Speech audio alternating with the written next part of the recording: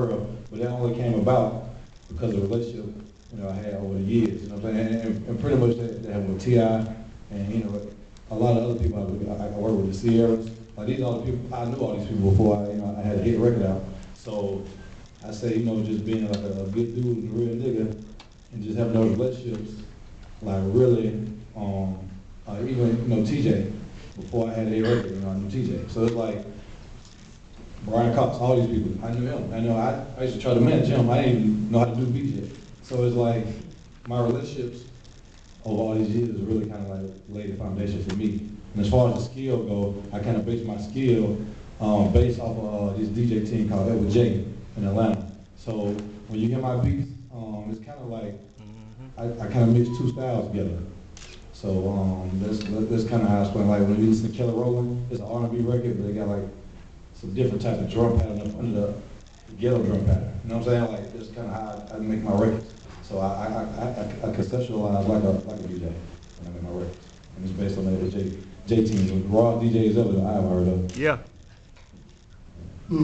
I started playing piano in church in Houston, Texas, and going to DJ with my man T Gray every Thursday, just joking, when I was like 16, 17 years old in Houston. And then I moved to Atlanta, got with Noontime Music. From there, met Brian and Brandon Casey. They put me with Jermaine Dupree. From there, started making records with Jermaine. I was double time and Noontime with Jermaine. And you know, all the way, you know, like I said, he said about relationships, that's the most important, the key thing. Like I've been in business for 10 years based on relationships. You know what I'm saying? My relationship with Mariah, my relationship with Usher, our relationship with Mary, our relationship with, with Polo, with Nitty, with my peers. My whole career has been based on relationships. So that's basically how I got started.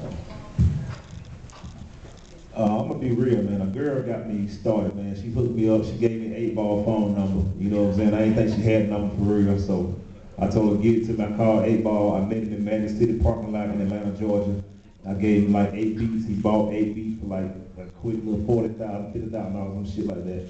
And after that, I started just grinding in Atlanta, doing a lot of hood records and stuff. Got the attention of Jermaine Dupree. I signed with JD for $0. You know what I'm saying? I just want to get attached to the name and just putting the game out there to y'all. You know what I'm saying? It wasn't about the money, it was just attaching myself with somebody who had success in Atlanta. You know what I'm saying? And I just kept grinding, and I've ended up getting a couple of placements here and there. And now, like I said, I got a new label deal with Warner Brothers called Playmaker. You know what I'm saying? So look out for a lot of these projects. I got projects on Def Jam coming out too. That's what's up. Hey, Nitty, I noticed you said